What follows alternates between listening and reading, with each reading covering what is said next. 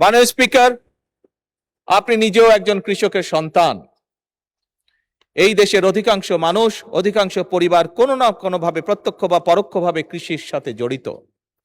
আমার দল, বাংলাদেশ জাতীয়তাবাদী দল, বিগত নির্বাচনের আগে বাংলাদেশের মানুষের কাছে প্রতিশ্রুতি দিয়েছিল যে আমার দল যদি বাংলাদেশের মানুষের সমর্থন নিয়ে আল্লাহর রহমতে সরকার গঠনে সক্ষম হয়, আমরা তাহলে 10,000 টাকা পর্যন্ত যে সকল কৃষকের কৃষি ঋণ ছিল মাননীয় স্পিকার, আমরা সেগুলো পরিশোধ করব।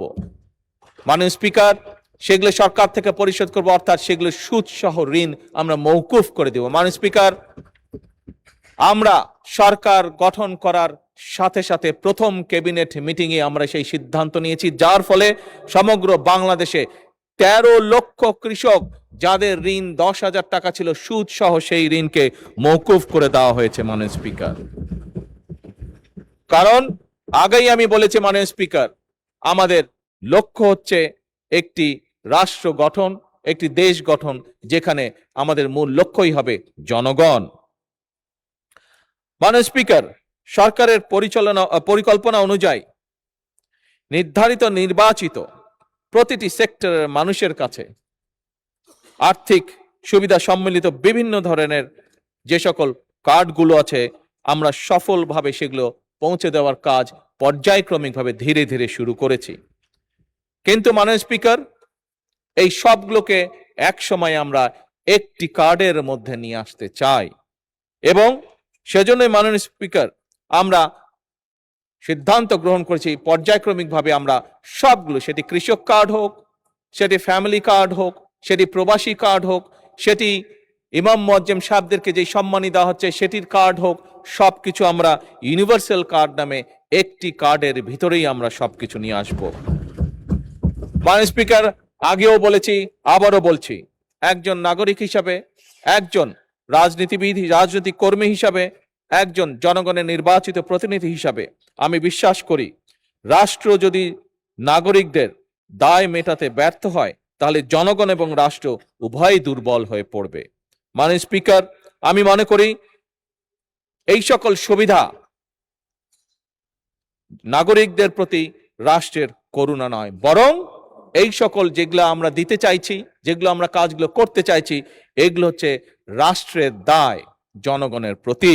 মাননীয় স্পিকার, ভবিষ্যতে যদি আমরা স্বৈরাচারকে রুখতে চাই, স্বৈরাচার তাবেদারকে রুখতে চাই, তাহলে অবশ্যই রাষ্ট্র এবং জনগণকে রাজনৈতিক এবং অর্থনৈতিকভাবে শক্তিশালী করতে হবে। মাননীয় স্পিকার, ফ্যাসিবাদ স্বৈরাচারের আমলে যেভাবে দেশের প্রতিটি প্রতিষ্ঠানকে, সংগঠনকে ধ্বংস করে দেওয়া হয়েছে, প্রতিটি সাংবিধানিক সংগঠনকে যেমন ধ্বংস করে দেওয়া হয়েছে, তার মধ্যে অন্যতম একটি ছিল বাংলাদেশের শিক্ষা খাত।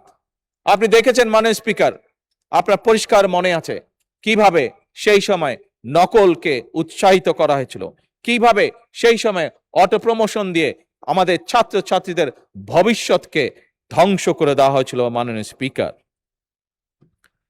অত্যন্ত দুঃখের সাথে বলতে হয়, অন্তর্বর্তীকালীন সরকারের সময়ও আমরা এ ব্যাপারে কোনো পদক্ষেপ গ্রহণ করতে দেখিনি।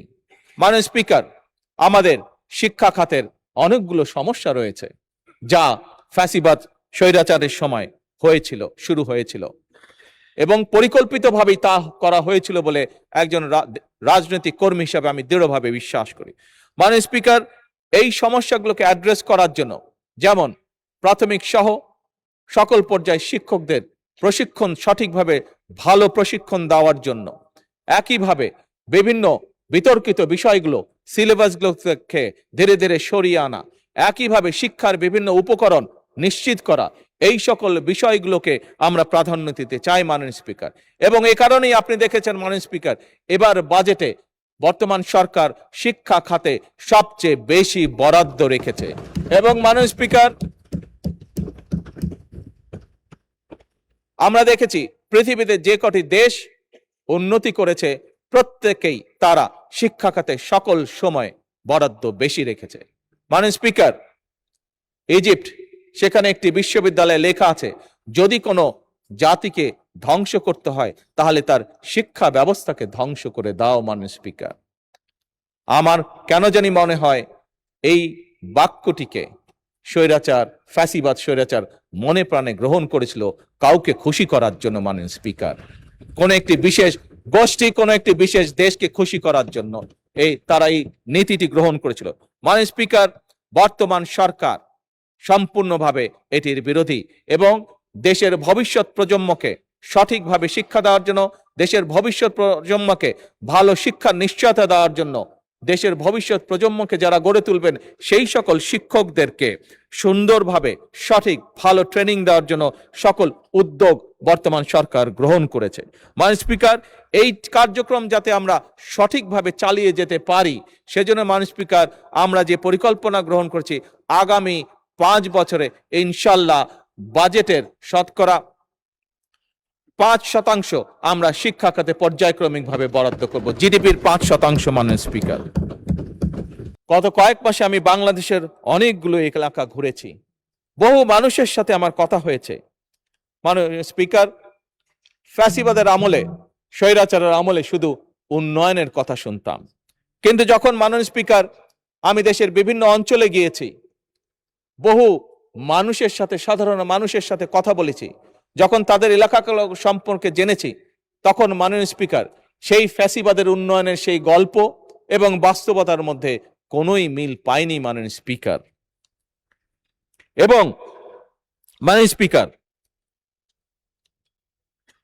মাননীয় বিরোধী দলের নেতা তার নিজের জেলা যেহেতু সিলেট, বিগত বাজেট উপস্থাপনের দিন উনি ঢাকা সিলেট হাইওয়ের কথা বলেছিলেন এবং সেই সাথে তখন স্পিকার সাহেব সেদিন উপস্থিত ছিলেন, সেই সাথে আমাকেও একটু সংযুক্ত করেছেন সিলেটের সাথে, স্পিকার সাহেবকেও সংযুক্ত করেছিলেন আত্মীয়তার সূত্রে সিলেটের সাথে। মাননীয় স্পিকার, আপনি জানলে খুশি হবেন মাননীয় স্পিকার, এবং আপনার মাধ্যমে আমি বলতে চাই যে এই সকল কাজগুলো পর্যায়ক্রমিকভাবে আমরা শুরু করেছি, ইনশাল্লাহ ধীরে ধীরে আমরা জনগণকে এর সুফল পৌঁছে দিতে পারবো। মাননীয় স্পিকার,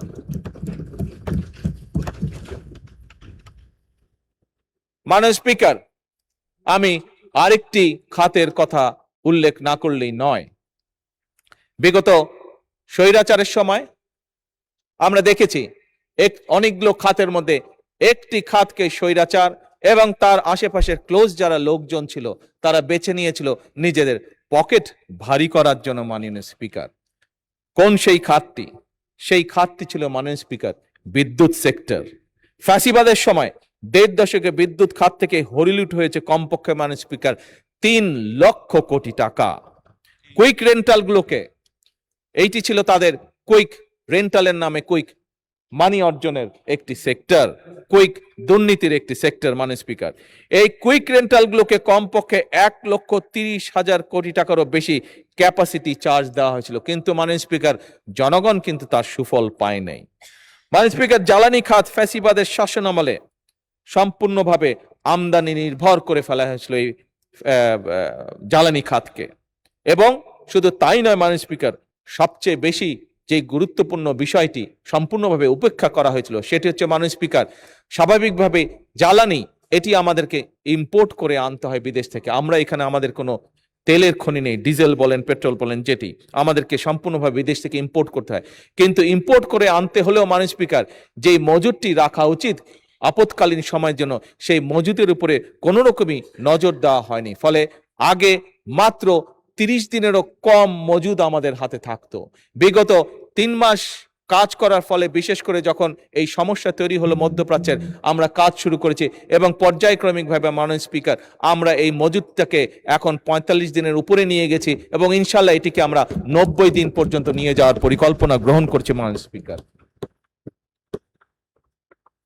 মাননীয় স্পিকার, আপনি জানলে আশ্চর্য হবেন মাননীয় স্পিকার, বিগত স্বৈরাচারের সময় 17 বছর ধরে বাংলাদেশের যে বাপেক্স আছে, আমাদের যে গ্যাস কূপ খননের যে সংস্থাটি আছে, তাদেরকে কোনোভাবেই কোনো রকম ভাবে সুযোগ দেওয়া হয়নি কাজ করার জন্য। মাননীয় স্পিকার, সম্পূর্ণভাবে বিদেশিদের হাতে এটি ছেড়ে দেওয়া ছিল। মাননীয় স্পিকার, বর্তমান সরকার বাপেক্সকে সক্রিয় করে আবার গড়ে তুলছে, তাদের জন্য রিগ আমদানি করা হচ্ছে এবং তারা নিজেরা গ্যাস কূপ খনন করবে। মাননীয় স্পিকার, তারা নিজেরা গ্যাস কূপ খনন করার মাধ্যমে নতুন গ্যাস কূপ খনন করবে, পুরনগুলোতেও তারা গ্যাসের অনুসন্ধান করবে। মাননীয় স্পিকার,